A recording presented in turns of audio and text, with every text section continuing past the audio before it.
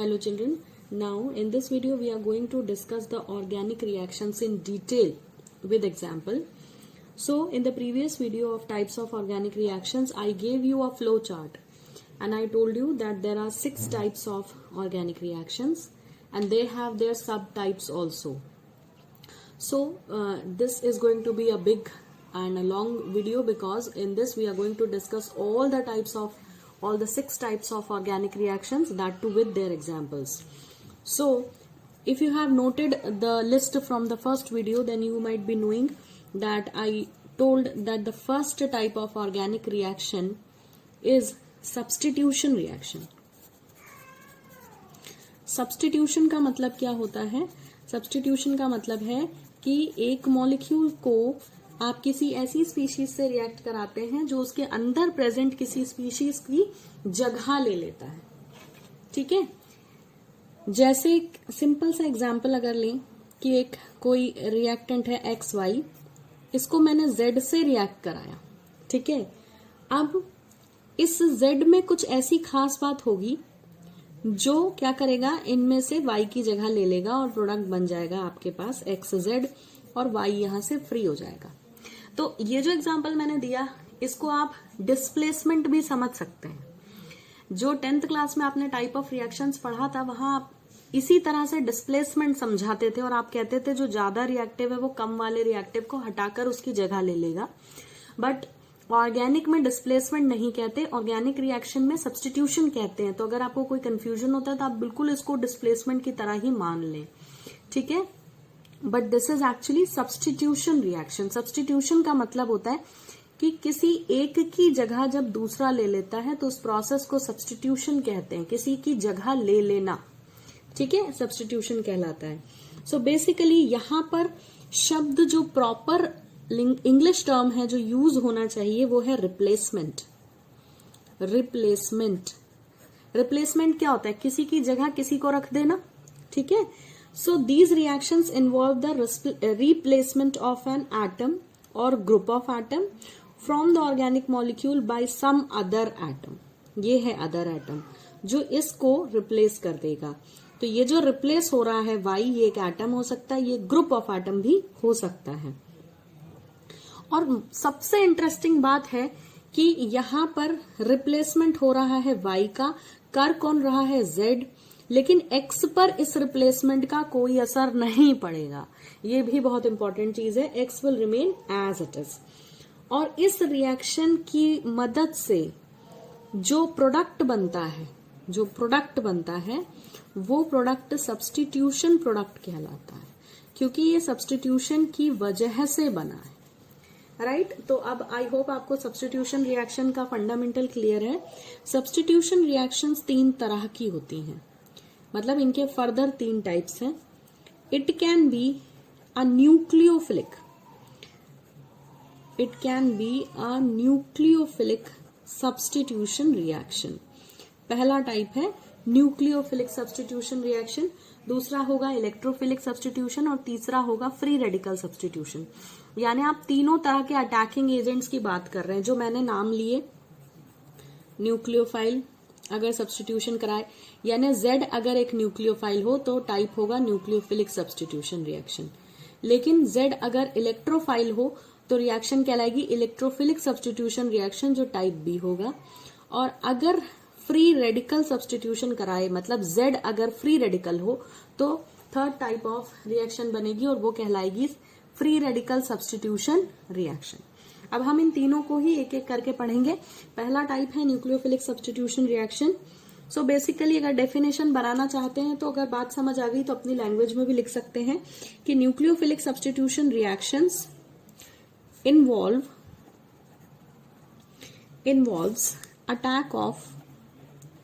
Attack word क्यों बोल रहे हैं? क्योंकि अटैकिंग एजेंट है ये. न्यूक्लियोफाइल, इलेक्ट्रोफाइल और free radical, they are attacking agent. ये जो है किसी भी सबस्ट्रेट पर अटैक करते हैं. अभी मैं बताऊंगी सबस्ट्रेट क्या होता है.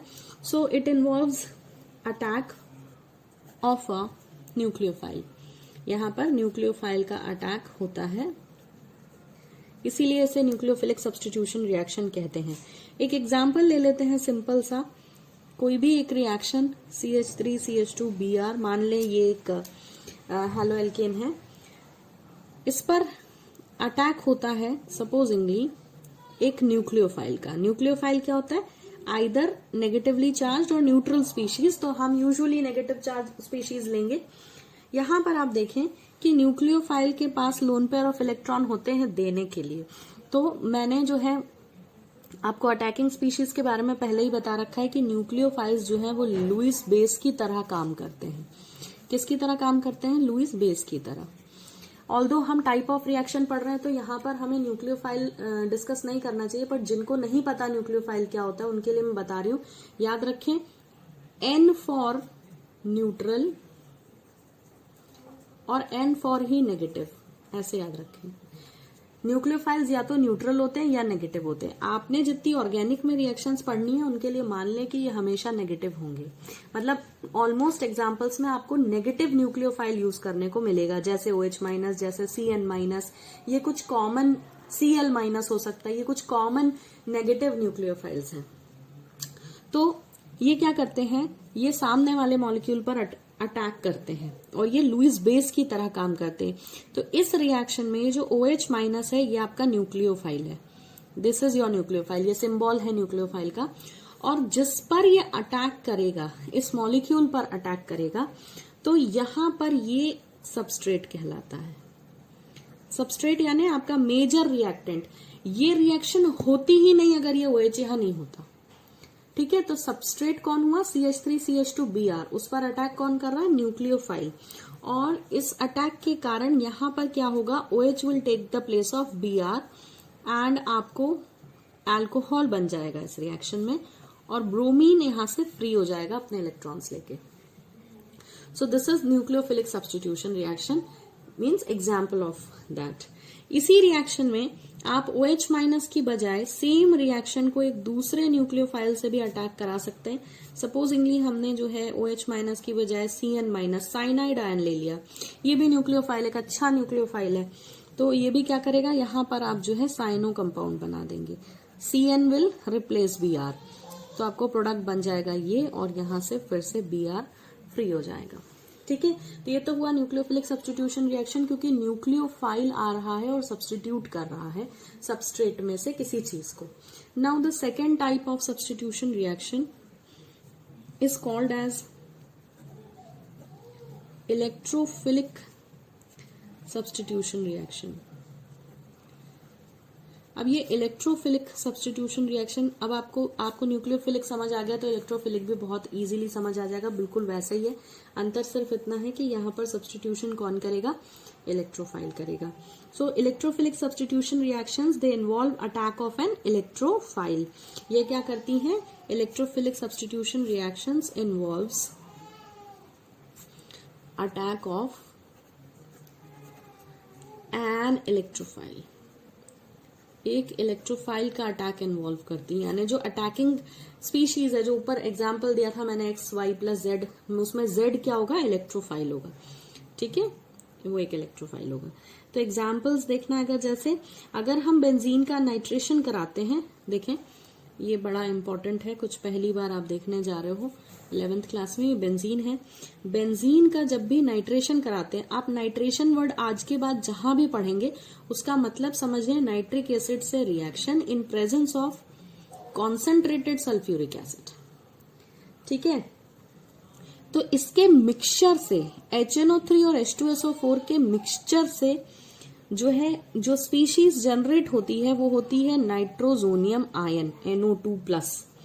यहां पर प्लस चार्ज है, इसीलिए इसके नाम में EM लगा दिया जाता है। तो this will be called as nitronium ion and this NO2+ acts as a electrophile. और ये जनरेट कैसे हुआ? ये HNO3+ सल्फ्यूरिक एसिड के मिक्सचर से जनरेट हुआ।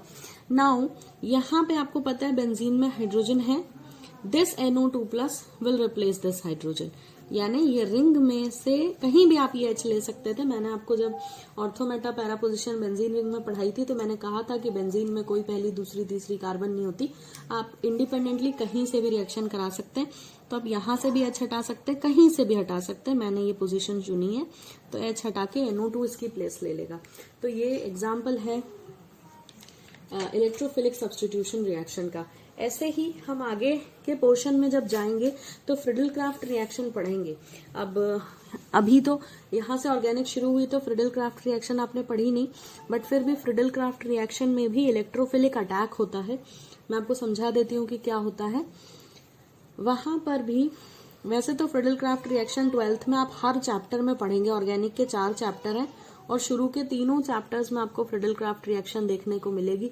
क्लोरोबेंजीन भी देता है, ईथर्स में एनिजोल भी देते हैं, और आप बेंजीन का भी, जैसे मैं अभी कराने जा रही हूँ, रिएक्शन करा सकते हैं। जैसे मान लें मैंने इसको CH3Cl से रिएक्ट कराया, ठीक है, बेंजीन को CH3Cl से रिएक्ट कराया और इसमें प्रेजेंस जरूरी है एनहाइड्रस AlCl3 की, ठीक है, ये कैटलिस्ट का काम करता है anhydrous AlCl3।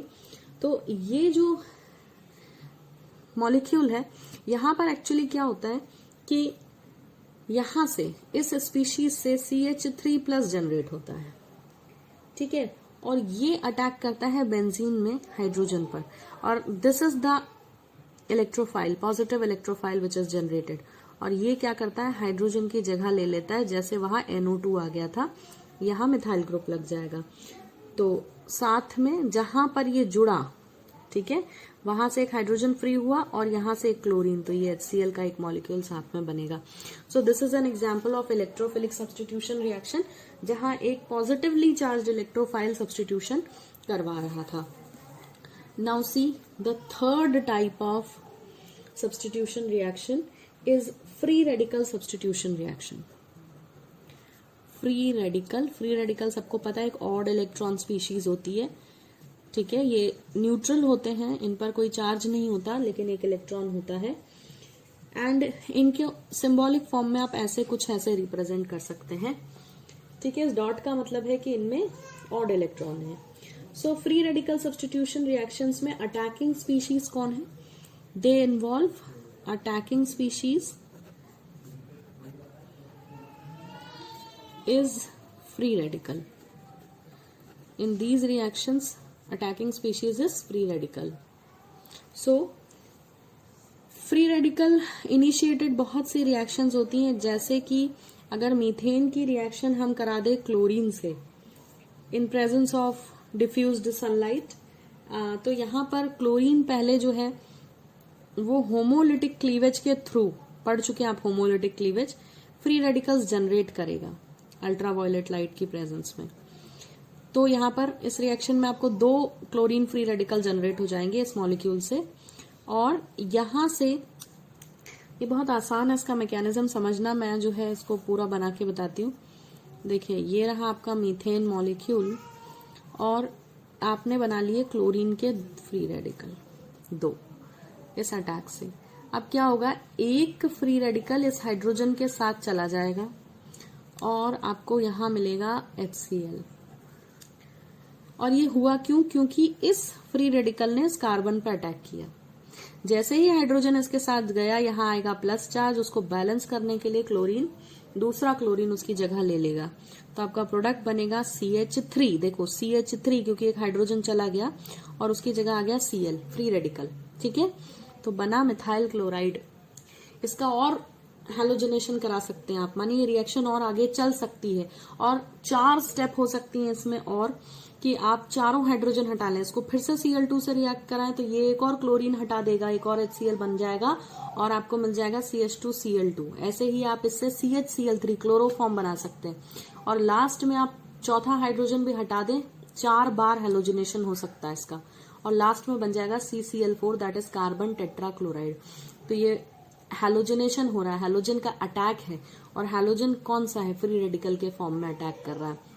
So it's a kind of substitution reaction. Substitution करा कौन रहा है? Free radical. So I hope आपको सब्स्टिट्यूशन रिएक्शंस क्लियर हैं। Now the second type of organic reaction is addition reactions. Now see the second type of very important organic reaction is addition. Addition का मतलब होता है simple जुड़ जाना, add हो जाना, ठीक है। So, what is an addition reaction? Basically these reactions are generally given by organic molecules which contain multiple bonds. ये वहां होती हैं जहां मल्टीपल बॉन्ड्स होते हैं ऑर्गेनिक कंपाउंड में। मल्टीपल बॉन्ड माने डबल ट्रिपल बॉन्ड अगर है तो ये रिएक्शन आसानी से होगी। So they involve the combination of two molecules to form a single molecule. आप एडिशन का मतलब जानते हैं, आपने लास्ट ईयर 10th में कॉम्बिनेशन रिएक्शन पढ़ा है, तो यहाँ ऑर्गेनिक में उसी कॉम्बिनेशन को एडिशन बोल देते हैं। So addition mean simple 1 + 1 = 2। ठीक है, तो what is the definition? The addition reactions involve the simple combination दो चीजों का, दो रिएक्टेंट्स का कॉम्बिनेशन हो जाएगा of two molecules to form a single molecule. To form a single molecule, दो मॉलिक्यूल्स के कॉम्बिनेशन से क्या बन जाएगा? एक सिंगल मॉलिक्यूल। जनरली अगर बोले तो इन रिएक्शंस में एक पाई बॉन्ड टूट जाता है और उसके टूटने पर 2 सिग्मा बॉन्ड बनते हैं। इसको मैं बहुत अच्छे से अभी क्लियर करूंगी एग्जांपल के साथ। और जो प्रोडक्ट बनता है इस रिएक्शन में, इस रिएक्शन से जो प्रोडक्ट बनता है, product formed from this reaction is called as addition product कहते हैं उसको, या एडक्ट भी बोल सकते हैं, एडक्ट, और it is called as addition product. वो एडक्ट या एडिशन प्रोडक्ट कहलाता है। अब बहुत इंटरेस्टिंग बात है कि सब्स्टिट्यूशन रिएक्शंस की तरह एडिशन रिएक्शंस भी 3 तरह की हैं। It can be an nucleophilic addition, ठीक। दूसरा, it can be electrophilic addition. जैसे वहां 3 टाइप थे वैसे यहाँ पर भी वही सेम टाइप है, सिर्फ शब्द बदल दें। सब्स्टिट्यूशन की जगह आप क्या लिख देंगे? Addition. So we will discuss them one by one with the example. Nucleophilic addition अगर है तो न्यूक्लियोफाइल का एडिशन होगा। वहां क्या होता है? न्यूक्लियोफाइल आकर किसी और की जगह बैठ जाता था, यहाँ न्यूक्लियोफाइल आकर मॉलिक्यूल में ऐड हो जाएगा, तो मॉलिक्यूल और बड़ा हो जाएगा। जैसे देखें, अगर एक एग्जांपल लिया है, एक एल्डिहाइड ले लें, कोई सा भी एल्डिहाइड ले सकते हैं, मैंने एसिटाल्डिहाइड लिया है, इसका नाम इथेनॉल होता है यूपीएससी में।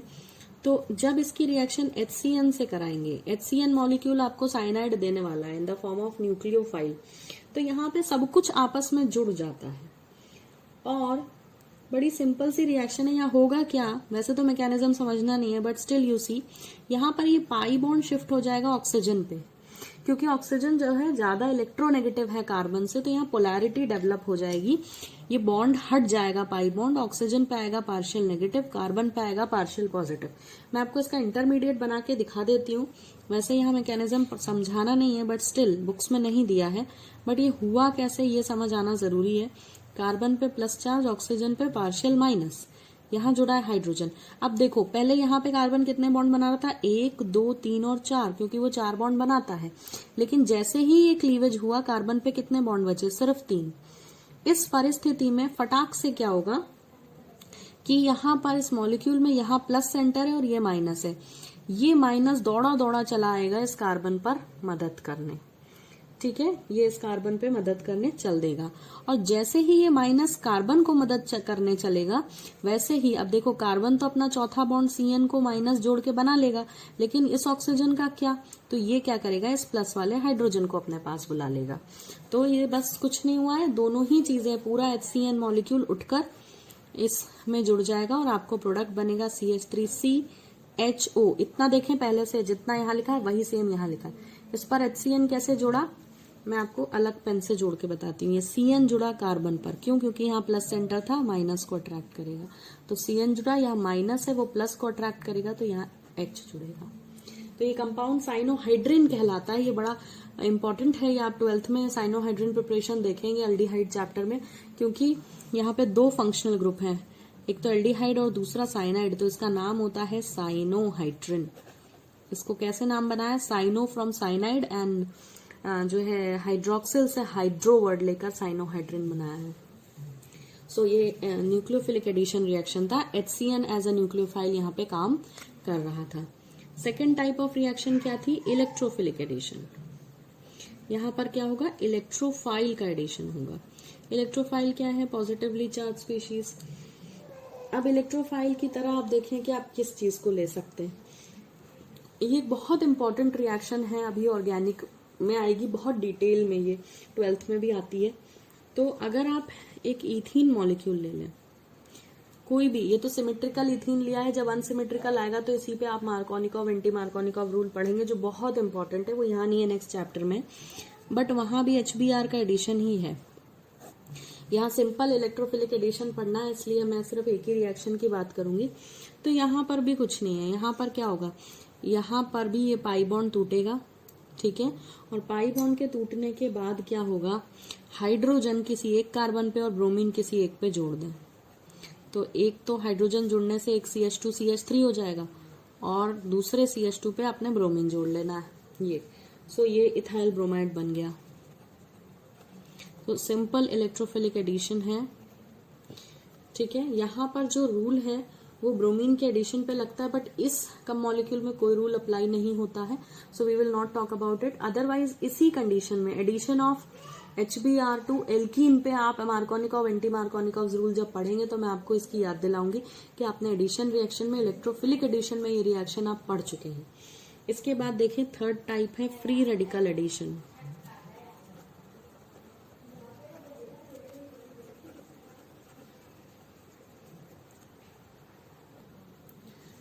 सो फ्री रेडिकल एडिशन में क्या होगा, फ्री रेडिकल का एडिशन होगा, ये रिएक्शन भी आप 10th में पढ़ चुके हैं। ये एडिशन ऑफ हाइड्रोजन है, ठीक है। तो जो है आपने यहाँ पढ़ा हुआ अनसैचुरेटेड हाइड्रोकार्बन से कैसे सैचुरेटेड कन्वर्ट करें। तो अगर आपने कोई सा जो है एल्काइन ले रखा है, जैसे मैंने इथाइन लिया है, ट्रिपल बॉन्ड है यहाँ पे, तो इसको दो मॉलिक्यूल ऑफ हाइड्रोजन से रिएक्ट करा दे in presence of nickel at 575 kelvin, तो आपको क्या मिल जाएगा, इथेन मिल जाएगा, राइट। एडिशन ऑफ हाइड्रोजन, यहाँ पर हाइड्रोजन पहले फ्री रेडिकल के फॉर्म में ब्रेक होगा और फिर जो है वो इथाइन मॉलिक्यूल पे ऐड होगा। ऐसे ही आप इथीन पर भी ये रिएक्शन कर सकते हैं। इथीन पे जब रिएक्शन करेंगे तो simple CH2 double bond CH2 लेंगे, यहाँ पर एक पाई बॉन्ड टूटेगा और H2 से रिएक्शन होगी, सेम रिएक्टेंट कैटलिस्ट प्रेजेंट होगा निकल, और तब भी आपको CH3 एल्केन ही बनेगा। तो एल्काइन से एल्कीन और एल्कीन से एल्केन, यानी आइन से एन, अनसैचुरेटेड से सैचुरेटेड, और इथीन यहाँ भी अनसैचुरेटेड से इथेन, सैचुरेटेड की फॉर्मेशन है। So it is called as free radical addition. So यहाँ पर एडिशन रिएक्शंस खत्म होती हैं। The third important type is elimination reaction. So the third type of reaction is also important, it is called as elimination reaction. Elimination का मतलब क्या होता है, एलिमिनेट कर देना, किसी चीज को निकाल देना। सो एलिमिनेशन रिएक्शन भी 3 तरह की होती हैं। They may be called as alpha elimination, और it may be beta elimination, और it may be gamma elimination. So basically यहाँ पर जो है आपको एक कॉन्सेप्ट क्लियर होना चाहिए कि अल्फा कार्बन बीटा कार्बन क्या होता है, गामा कार्बन क्या होता है। सो आई होप वो क्लियर है। अगर नहीं है तो अल्फा बीटा कार्बन आपको मालूम होगा, तभी ये चीज आपको समझ आएगी। अब देखिए पहला टाइप है अल्फा एलिमिनेशन। यहाँ क्या होता है, elimination mean simple elimination, removal आप कह सकते हैं। So in elimination reactions, 2 atoms or groups are removed from the molecule to form the product. Elimination reaction में क्या होता है, 2 एटम या ग्रुप हटा दिए जाते हैं मॉलिक्यूल से प्रोडक्ट बनाने के लिए, और ये 3 तरह का होता है डिपेंडिंग अपॉन पोजीशन, कि आपने जो ग्रुप हटाया वो कहाँ से हटाया। अल्फा कार्बन से हटाया तो अल्फा पोजीशन है, alpha type of elimination, and then I will explain them one by one. So alpha elimination reactions में जो you can note down, in alpha elimination alpha elimination में जो अल्फा एलिमिनेशन रिएक्शन है, the two atoms और groups जिनको आप remove करने की बात कर रहे थे, टू एटम्स और groups are removed from same carbon, एक ही कार्बन से हटाया जाता है। और यानी जो दो एटम्स या ग्रुप्स आप हटा रहे हैं वो एक ही कार्बन पे प्रेजेंट है, उसी कार्बन से आप हटाते हैं। और यहाँ पर एक बहुत इंपॉर्टेंट इंटरमीडिएट स्पीशीज बनती है इस रिमूवल के कारण, और उसे हम कहते हैं, वो हाईली अनस्टेबल होती है, and that is called as carbenes. Carbenes, जैसे अपने कार्बोकेटायन कार्बोएनायन पढ़ा है, वैसे ही कार्बीन्स भी कार्बन की इलेक्ट्रॉन डेफिशिएंट स्पीशीज होती हैं। सो कार्बीन्स का फॉर्मेशन होता है यहाँ पे, जो फर्दर रिएक्ट कर लेती है और फाइनल प्रोडक्ट बनाती है, जो कि स्टेबल होते हैं। सो लेट अस सी, एक बहुत छोटा सा एग्जांपल बनाती हूँ मैं आपको। CHCl3 is the formula of chloroform. इस CHCl3 में से अगर हम H+ रिमूव करते हैं, ठीक है, अब आप देखें अल्फा कार्बन कौन सा होता है, जिसपे फंक्शनल ग्रुप जुड़ा होता है, वो अल्फा कार्बन। तो अल्फा कार्बन से ही यहाँ पे दोनों चीजें निकलेंगी, इसलिए इसको अल्फा एलिमिनेशन बोलते हैं। सो पहले आपने H+ हाइड्रोजन को निकाल दिया H+ के फॉर्म में, तो अब क्या बचा, CCl3- बचा, ठीक है। और साथ में दोनों इलेक्ट्रॉन, क्योंकि हाइड्रोजन तो H+ के फॉर्म में गया, वो इलेक्ट्रॉन्स लेके नहीं गया है। अब इस स्पीशीज में से आप Cl- रिमूव कर दें, ठीक है, that is it was removal of H+ and here it is removal of Cl-। एक और क्लोरीन आप निकाल देंगे तो क्या बचेगा, बचेगा CCl2, ठीक है। This CCl2 is called as dichlorocarbene, dichlorocarbene. So this is the alpha elimination reaction. जो दो चीजें एलिमिनेट हुई हैं, हाइड्रोजन और क्लोरीन, दोनों ही एक ही कार्बन से रिमूव हुए, which is alpha carbon. Now you see the second type of elimination is beta elimination. So in beta elimination, in these reactions two groups are removed. removal हमेशा to चीजों का होगा, ये याद रखें, but in beta elimination two groups are removed from adjacent carbon atoms. Adjacent मतलब आजू बाजू के, जो साइड बाय साइड एक दूसरे के आजू बाजू प्रेजेंट हो। So these adjacent carbon atoms will be what, alpha and beta carbons, ठीक है।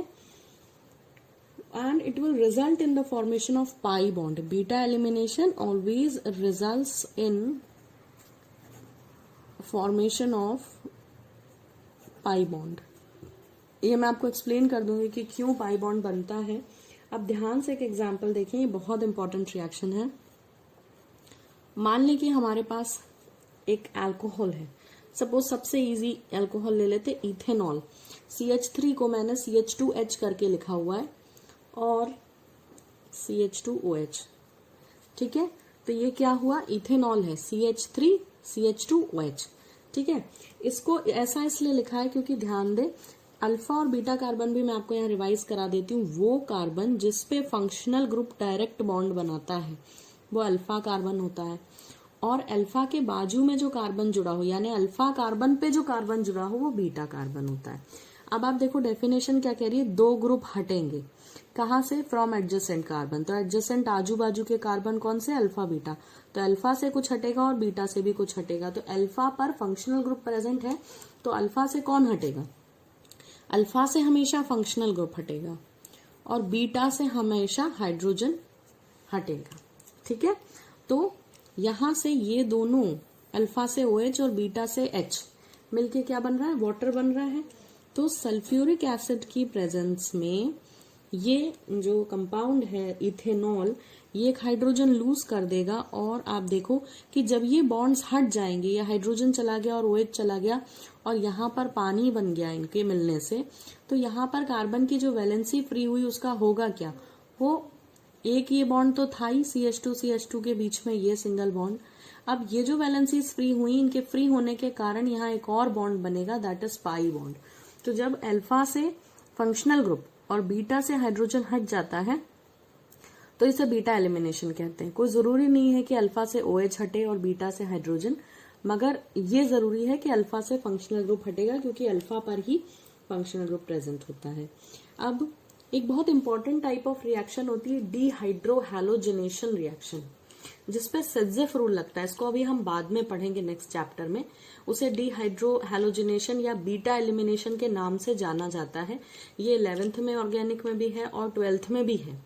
तो इसे देख लेते हैं, इसका एक छोटा सा एग्जाम्पल देख लेते हैं। CH2H और है CH2Br। अब जैसे अल्फा बीटा बताया था, जिसपे फंक्शनल ग्रुप वो अल्फा, उसके बाजू वाला कार्बन बीटा, तो बाय डिफॉल्ट अल्फा से हमेशा फंक्शनल ग्रुप हटता है। ये देखिए यहाँ से HBr निकल सकता है। ये रिएक्शन हमेशा अल्कोहलिक KOH की प्रेजेंस में होती है। और इस रिएक्शन को यहाँ, हालांकि आप बीटा एलिमिनेशन पढ़ रहे हैं, बट बीटा एलिमिनेशन का ये बहुत एक्सक्लूसिव टाइप है विच इज कॉल्ड एज डीहाइड्रोहैलोजिनेशन। ये जो रिएक्शन का एग्जाम्पल मैंने लिखा है यहाँ पे, ये डीहाइड्रोहैलोजिनेशन है। जहां बीटा एलिमिनेशन दिया है वहां सिर्फ रिएक्शन दी है, डीहाइड्रोहैलोजिनेशन के बारे में कुछ बताया नहीं है, बट ये आगे आएगा। याद रखें, ऑर्गेनिक में जहां भी वर्ड आता है DED, इसका मतलब होता है माइनस, हटा दें। क्या हटा दें? हाइड्रो मतलब हाइड्रोजन और हैलोजन दोनों हटा दें। ये रिएक्शन आपको खुद ही बता रही है। और अल्कोहलिक KOH देखते से आप ये समझ लें कि अल्कोहलिक KOH वो रिएजेंट है जो हमेशा एलिमिनेशन कराता है। तो अगर आपको सिर्फ इतना दिया हुआ है, डीहाइड्रोहैलोजिनेशन भी नहीं लिखा, सिर्फ ये कंपाउंड लिखा है और अल्कोहलिक KOH लिखा है, तो अल्कोहलिक KOH देखते से पहचान जाए कि ये एलिमिनेशन कराने के काम आता है।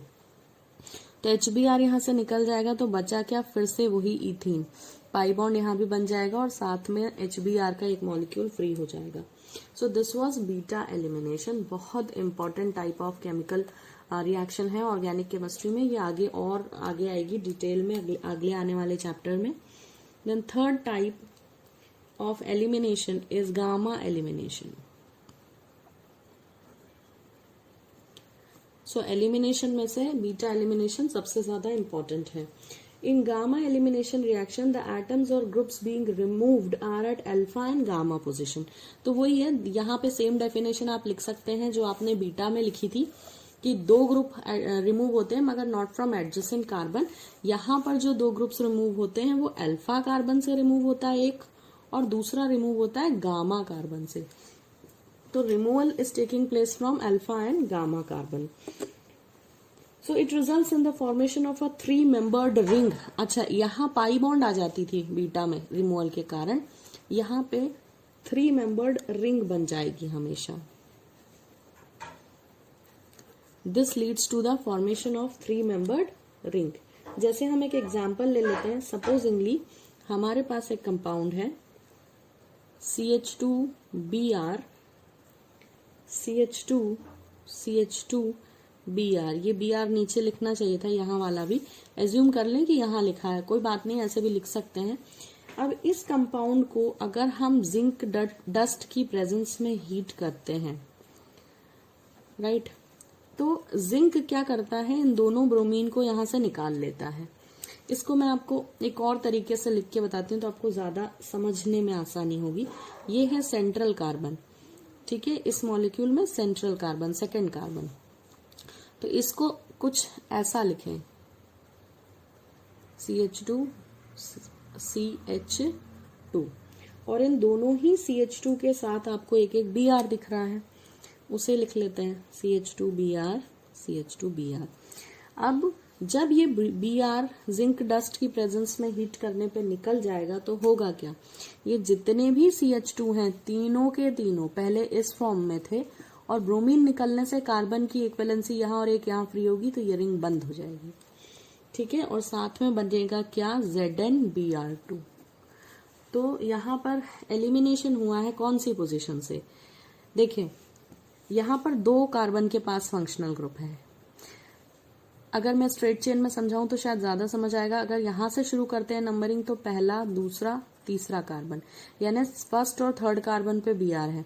अगर यहाँ से नंबरिंग करते हैं तो भी फर्स्ट, सेकंड और थर्ड वही नंबरिंग मिल रही है सेम, तो या तो ये कर लें या ये कर लें, कोई दिक्कत नहीं है। पोजीशन फंक्शनल ग्रुप को यहाँ भी फर्स्ट और थर्ड आ रही है, यहाँ भी फर्स्ट और थर्ड आ रही है। तो ब्रोमीन कहाँ प्रेजेंट है? फर्स्ट और थर्ड कार्बन पे। अब अगर आप इसे अल्फा कार्बन बोलते हैं तो ये हुआ बीटा और ये हुआ गामा। अगर इसे फर्स्ट मानकर यहाँ अल्फा बोलते हैं तो ये हुआ बीटा और ये हुआ गामा। तो कोई सा भी ले लें, रिमूवल जो है कहाँ से हो रहा है? अल्फा और गामा से। ये अल्फा से बी आर गया, इसमें ये गामा है, गामा से बी आर गया और अल्फा से गया, इसमें गामा और अल्फा। सो रिमूवल ऑफ या एलिमिनेशन कहाँ से हो रहा है? अल्फा और गामा कार्बन से। और बन क्या जाती है इसके कारण? इन पोजीशन से रिमूवल के कारण रिंग फॉर्मेशन हो जाता है। Next fourth type of reaction is condensation reaction.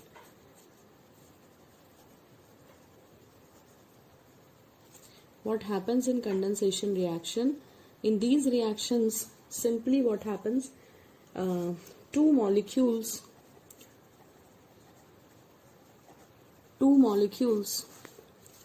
of the same or different organic reactants,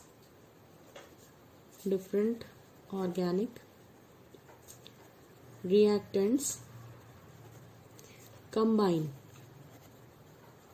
यहाँ पर भी कॉम्बिनेशन है मगर दो मॉलिक्यूल्स का, वो सेम मॉलिक्यूल्स हो सकते हैं, अलग अलग भी हो सकते हैं। So these molecules they combine to form a new product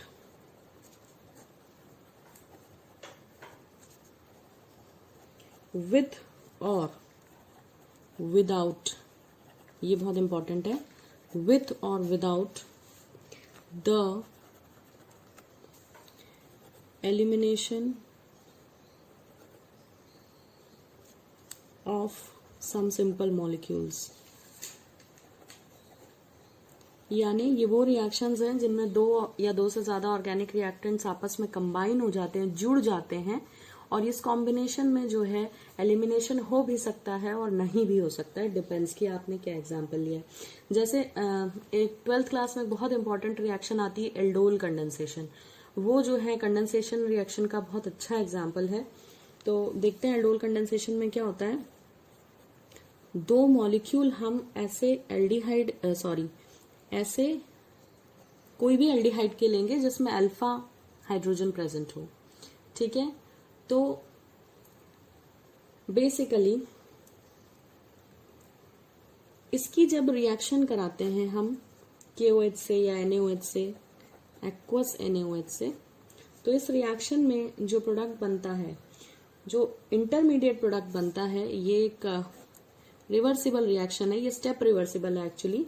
तो एक एडिशन प्रोडक्ट बनता है इसमें है ना, बहुत इजी है, आपको करना कुछ नहीं है।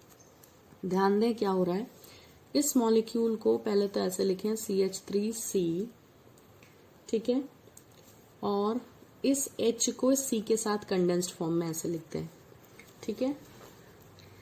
और ये जो डबल बॉन्डेड ऑक्सीजन है इसको फिलहाल मैं सिंगल बॉन्ड के साथ लिखती हूँ, ठीक है। अब यहाँ पर 2 टाइम्स आपने ये मॉलिक्यूल्स लिया था, 2 टाइम ये मॉलिक्यूल लिया था विच वॉज इथेनॉल मॉलिक्यूल। तो पहले मॉलिक्यूल में हमने ये काम किया कि कार्बन के साथ डबल बॉन्ड को सिंगल बॉन्ड से लिखा है। इसके बाद जो दूसरा मॉलिक्यूल है इसका, यहाँ 2 है ना, CH3CHO 2 है, तो this is what aldehyde. Aldehyde के 2 मॉलिक्यूल है, एक को यहाँ लिखा, दूसरे को भी इसी के पीछे ऐसे लिख लें, ऐसे लिख लें, ठीक है। हमने क्या किया है, चेंज दूसरे मॉलिक्यूल में नहीं किया है। अब क्या होगा, यहां से एक हाइड्रोजन ले और उसको इस ऑक्सीजन पे शिफ्ट करा दें, तो यहां क्या बचेगा, CH2 बचेगा। This is the product of this reaction.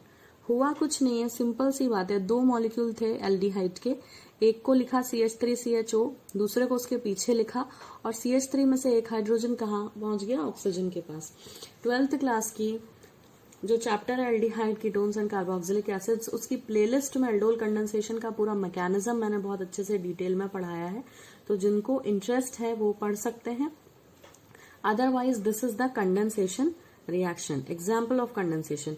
यहाँ पर ये 2 मॉलिक्यूल्स आपस में जुड़ गए हैं और यहाँ कोई भी रिमूवल नहीं हुआ है। ये ध्यान दें। तो कंडेंसेशन रिएक्शंस में रिमूवल भी होता है और कई बार नहीं भी होता है। तो ये यहाँ कोई रिमूवल नहीं हुआ है। और जो है इथेनॉल से 3 हाइड्रोक्सी ब्यूटेनॉल बनाए से एल्डोल भी कहते हैं, क्योंकि एक ही कंपाउंड में 2 फंक्शनल ग्रुप है, एल्डिहाइड भी है और कीटोन भी है, तो दोनों को मर्ज करें तो एल्डोल वर्ड बनता है। ठीक है, तो this is an example of condensation reaction. Now see the 5th type of important organic reaction is called as rearrangement reaction. Rearrangement reaction. What is the meaning of rearrangement? These reactions involves the rearrangement of atoms within the molecules. What they do? They involve rearrangement of atoms. एक molecule के अंदर ही rearrangement हो जाएगा, ठीक है, within the molecule, molecule के अंदर ही rearrangement under suitable conditions to form a product and which will be having different properties. Now you see, अगर हम ध्यान दें एग्जाम्पल पे, तो इस रीअरेंजमेंट के कारण जो प्रोडक्ट बनते हैं वो एक्चुअली आपस में रिएक्टेंट और प्रोडक्ट आइसोमर होता है, क्योंकि रीअरेंजमेंट हो रहा है और तो कुछ हो नहीं रहा है। जैसे एक बहुत छोटा सा एग्जांपल देखते हैं जो आपको बहुत इजीली समझ आएगा। अगर हम ब्यूटेन का एक मॉलिक्यूल ले लें CH3CH2CH3 और इसको AlCl3 की प्रेजेंस में हीट कर दें, तो यहाँ क्या हो जाएगा, ब्यूटेन से इस रिएक्शन में ब्यूटेन का एक और आइसोमर जनरेट हो जाता है which is 2-methyl propane. So 2-methyl propane क्या होता है, कार्बन चेन चेंज हो जाती है। ये देखें, चेन आइसोमेरिज्म का एग्जाम्पल बन गया ये। तो हुआ क्या है, इस मॉलिक्यूल में एक मिथाइल, यहाँ पे चारों कार्बन स्ट्रेट चेन में था, एन ब्यूटेन था ये। जैसे ही आपने इसको एल्यूमिनियम क्लोराइड की प्रेजेंस में हीट किया, यहाँ पर से एक मिथाइल जो है सेकंड पोजीशन पे पहुंच गया और ये बन गया 2-methyl propane। तो इनका मॉलिक्यूलर फॉर्मूला सेम है, they have same number of carbon and hydrogen, मगर कार्बन चेन की लेंथ अलग अलग है इन पैरेंट कंपाउंड। तो ये चेन आइसोमर्स के फॉर्मेशन कर रहे हैं। सो रीअरेंजमेंट हुआ है। यहाँ पे आपने चारों को एक स्ट्रेट लाइन में रखा था और यहाँ पर इन चारों को लिखने का तरीका बस बदला है और कुछ नहीं बदला। इसी को कहते हैं रीअरेंजमेंट। रीअरेंजमेंट का मतलब होता है वापस जमाना। जैसे हम अलमीरा में कपड़े जमाते हैं, तो कोई जरूरी नहीं है कि हम पूरी जिंदगी कपड़ों को एक ही सीक्वेंस में जमाते हैं। हो सकता है कई बार हम फर्स्ट शेल्फ में पार्टी वियर रखते हो, सेकंड में डेली यूज रखते हो, कई बार हम इसे उल्टा कर देते हैं। या कपड़े रखने का ऑर्डर भी हमारा क्या होता है, जितनी बार हम अलमीरा जमाते हैं उतनी बार बदल जाता है। तो that is called as a rearrangement. जैसे हम घर में सामान शिफ्ट करते हैं कि ये वाली चीज इस रूम में नहीं रखनी है, दूसरे रूम में रखनी है, तो वो है तो घर के अंदर ही, बस उसकी क्या हो गई है, लोकेशन चेंज हो गई। तो यहाँ भी वही है, ये है तो कार्बन चारों एक ही मॉलिक्यूल में, मगर इनकी क्या हो गई, लोकेशन चेंज हो गई। इसी को रीअरेंजमेंट कहते हैं। ठीक है, ये अरेंज है, इसको रीअरेंज करते। ठीक है, एक और एग्जांपल ले लेते हैं। अमोनियम साइनेट सुना होगा आपने, NH4CNO उसका फॉर्मूला होता है। जब इस अमोनियम साइनेट को हीट करते हैं तो ये बहुत इंपॉर्टेंट ऑर्गेनिक कंपाउंड बना देता है, NH2 डबल बॉन्ड O। इसको जो है NH2CONH2 ऐसा भी लिखते हैं। So this is what, see number of nitrogen वही है, नंबर ऑफ हाइड्रोजन भी वही है, मगर क्या हो रहा है कि इसमें जो है कंपाउंड ही चेंज हो जाता है। ये बन गया urea. Urea is a very important organic compound. तो ये बना किससे, अमोनियम साइनेट से। अमोनियम साइनेट को हीट करने पर यूरिया की फॉर्मेशन रीअरेंजमेंट का एग्जाम्पल है। फॉर्मूला लिखने का तरीका बदल जाता है, नंबर ऑफ एटम्स जो है, एलिमेंट्स बिल्कुल सेम टू सेम है। Now next and the last type of organic reaction is pericyclic reactions. Pericyclic reactions. Now what are these pericyclic reactions? These are reactions which occur in one step. ध्यान रखें, ये reaction हमेशा एक step में होती है and do not involve ionic or free radical intermediates and do not involve ionic और free radical intermediate. इनमें कोई भी आयोनिक या फ्री रेडिकल टाइप का इंटरमीडिएट नहीं बनता। एक्चुअली जब आपने कह दिया कि एक स्टेप में होती है तभी समझ आ गया कि कोई इंटरमीडिएट नहीं होता है, यहाँ पे सीधे रिएक्टेंट से प्रोडक्ट बन जाता है। And these reactions they proceed via cyclic transition state, यानी यहाँ पर जो ट्रांजिशन स्टेट होती है, ट्रांजिशन स्टेट का मतलब मैं आपको समझा दूंगी। ट्रांजिशन स्टेट कैसी होती है? ट्रांजिशन स्टेट इज साइक्लिक, ठीक है। That is formation of new bonds and breaking of old bonds occur simultaneously, यानी ये रिएक्शंस इतनी जल्दी होती हैं कि इस बीच में एक इंटरमीडिएट तो आता है जो कि साइक्लिक नेचर का होता है, रिंग टाइप का स्ट्रक्चर बनता है रिएक्टेंट और रिएक्टेंट के प्रोडक्ट में बदलने के पहले एक टेम्पररी कुछ समय के लिए एक साइक्लिक स्ट्रक्चर बनता है, पर वो इतना ज्यादा अनस्टेबल होता है और इतने कम फ्रैक्शन ऑफ सेकेंड्स के लिए बनता है कि ऐसा लगता है कि बॉन्ड्स का टूटना और बनना सब कुछ एक साथ ही हो गया है। So these reactions they do not require any catalyst, इनको किसी कैटलिस्ट की जरूरत नहीं होती, खाली हीट या लाइट देने से ये रिएक्शंस हो जाती हैं। मान लेते हैं कि हमने 2 इथीन मॉलिक्यूल्स लिए, ठीक है, 2 इथीन मॉलिक्यूल्स हैं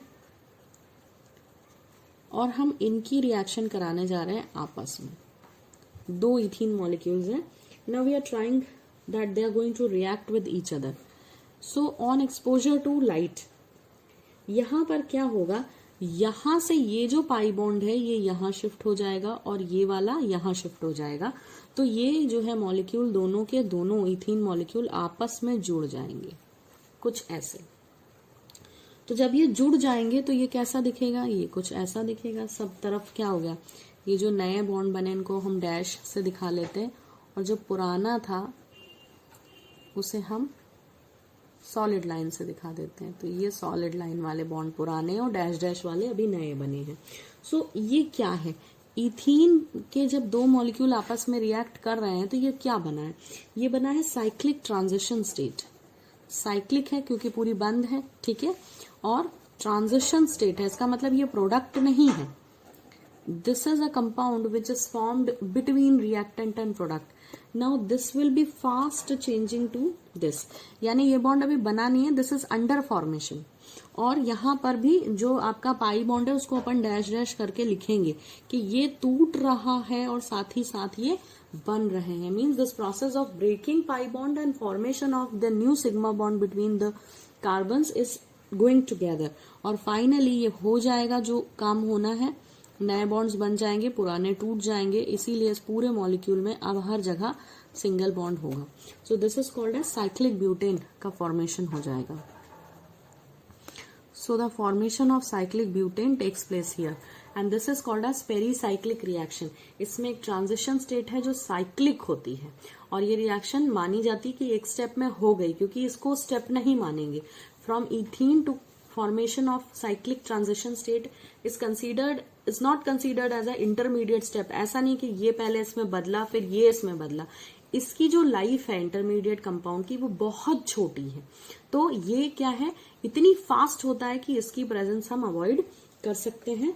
बट इस रिएक्शन को एथीन की इस रिएक्शन को 2π + 2π, इस रिएक्शन का एक और बहुत इंटरेस्टिंग नाम है and that is called as 2π + 2π reaction, right. और इसको 2+2 साइक्लो एडिशन रिएक्शन भी कहते हैं। This is also called as 2+2 cyclo addition.